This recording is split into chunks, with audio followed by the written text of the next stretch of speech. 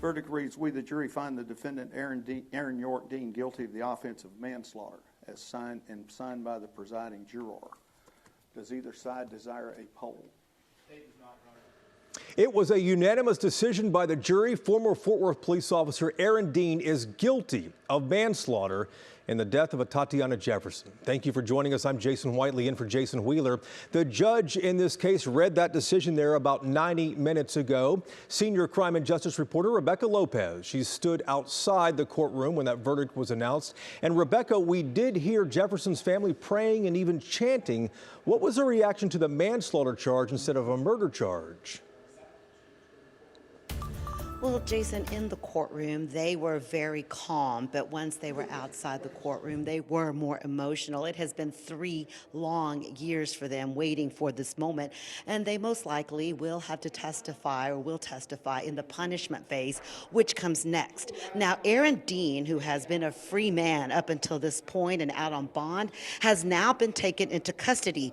He will not be allowed to leave this courthouse. He was convicted of manslaughter, which means he faces 2 to 20 years in prison. The jury deliberated for nearly 14 hours before deciding on this lesser charge. They could have convicted him of murder. Manslaughter means the jury believes he acted recklessly and not intentionally. He testified that he saw a gun in Atatiana-Jefferson's hand, so he acted in self-defense. The body camera footage was one of the key pieces of evidence, though. It shows Dean in her backyard and within a split second shooting her after he screams for her to show her hands. He says he saw a silhouette and a gun, but prosecutors say it was too dark and he never announced himself. So there's no way that she would have known that he was a police officer and thought he was an intruder. She legally had a handgun. Prosecutors say Dean and his partner went to a home to check out a call about an open door.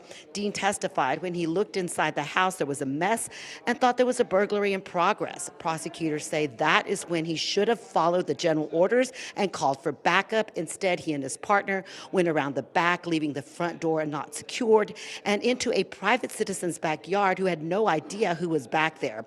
Prosecutors say Jefferson was in her home playing a video game with her 8-year-old nephew who witnessed the shooting and testified at this trial. They told the jury she was a young woman who was studying to be a doctor and had graduated from Xavier University. Community leaders and activists were hoping for a murder conviction, but say the fact that he was convicted of a felony at least holds him accountable.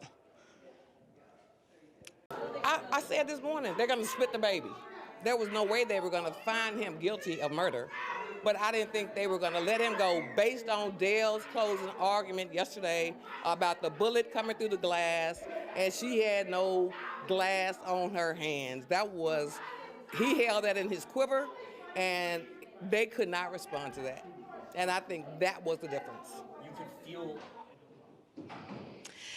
And now the punishment phase begins tomorrow at 9 o'clock in the morning. And of course, there was a lot of emotion about the verdict. And for more on that, we go to my colleague, William Joy, who was outside the courtroom as well. William.